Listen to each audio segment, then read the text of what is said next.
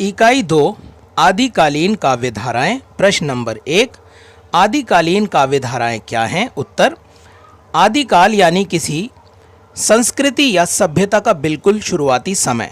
हिंदी साहित्य का जो आदिकाल है वह भारतीय इतिहास का मध्यकाल है। धर्म के प्रति समर्पित समाज और सामंती सामाजिक संरचना इस काल की विशेषताएं थीं। हिंदी का शुरुआती साहित्य इसी काल में विकसित हुआ। इस काल में सिद्ध, नाथ और जैन कवियों द्वारा लिखी गई रचनाएं आदिकालीन काव्यधारा कहलाती हैं। ये कवि धार्मिक दृष्टिकोण रखते थे जो इस समय के लोगों में काफ़ी लोकप्रिय था। जबकि इसी काल में एक विशिष्ट कवि वर्ग भी था जिसे रासो कवि के नाम से जाना गया।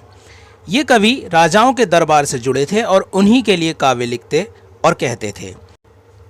आचार्य रामचंद्र शुक्ल ने इस काल के रास कवियों की रचनाओं को ही महत्व दिया है, जबकि हजारी प्रसाद द्विवेदी सिद्ध, नाथ और जैन कवियों को भी पूरा महत्व दिया जाने की बात करते हैं।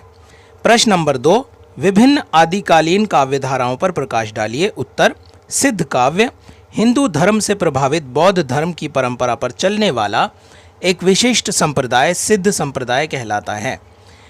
तांत्रिक क्रियाओं में आस्था रखना और मंत्र द्वारा सिद्धि प्राप्त करने की इच्छा रखने के कारण इन्हें सिद्ध कहा जाने लगा। राहुल सांकृत्यायन और हजारी प्रसाद द्विवेदी ने कुल 84 सिद्धों के नाम का उल्लेख किया है।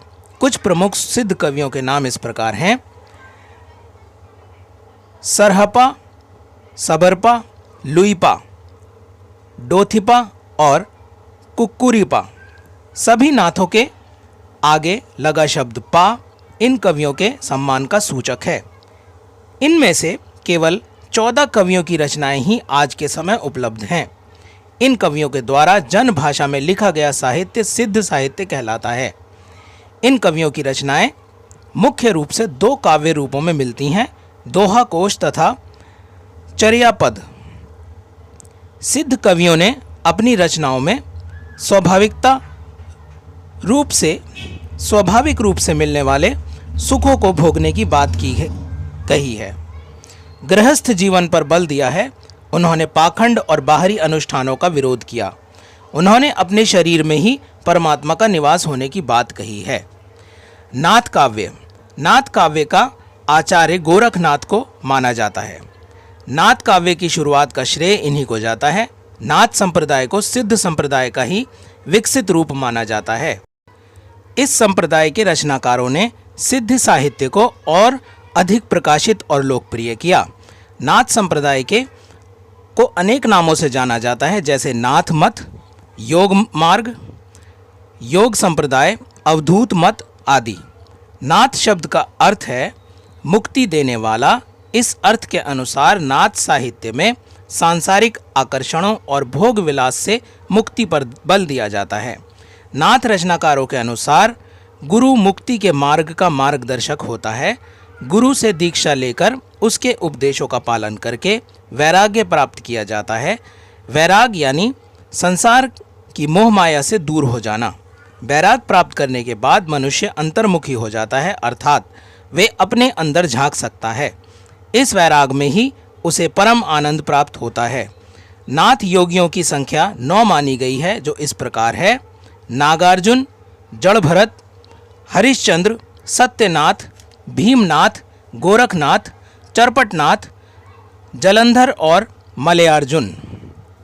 जैन काव्य जैन धर्म के इस संस्थापक और प्रवर्तक श्री महावीर स्वामी थे। जैन काव्य के रचनाकार इसी धर्म को मानने वाले थे। इनकी ज़्यादातर रचनाएं धार्मिक हैं। इन रचनाओं में जैन धर्म की नीतियों का प्रमुख रूप से उल्लेख किया गया है। इन रचनाओं में लोगों को धर्म का उपदेश दिया गया है।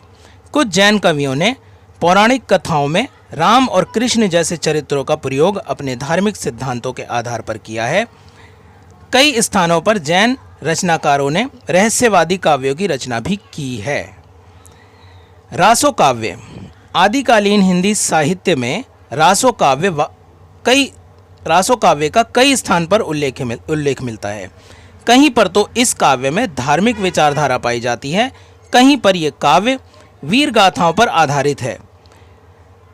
तो कहीं इन दोनों से हटकर श्रृंगार परक रासो काव्य पाया जाता है, जिसमें प्रेम, वियोग और पुनर्मिलन का उल्लेख है। इस प्रकार रासो काव्य को 3 वर्गों में बांटा जा सकता है। पहला वीर गाथात्मक रासो काव्य, दूसरा श्रृंगार परक रासो काव्य और तीसरा धार्मिक और उपदेशक मूलक रासो काव्य। पहले वर्ग के अंतर्गत अर्थात वीर गाथा काव्य में इन कवियों की रचनाएं आती हैं जो राजाओं के आश्रय में रहते थे। ये कवि इन राजाओं के शौर्य और वीरता का गुणगान अपनी रचनाओं में करते थे। दूसरे वर्ग अर्थात श्रृंगार परक रासो काव्य में मुख्य रूप से प्रेम और वियोग का उल्लेख किया गया। तीसरे वर्ग अर्थात धार्मिक और उपदेशक मूलक रासो काव्य में धार्मिक रचनाओं की प्रधानता है। इन रचनाओं में धार्मिक नीतियों का उल्लेख है और लोगों को उपदेश दिए गए हैं।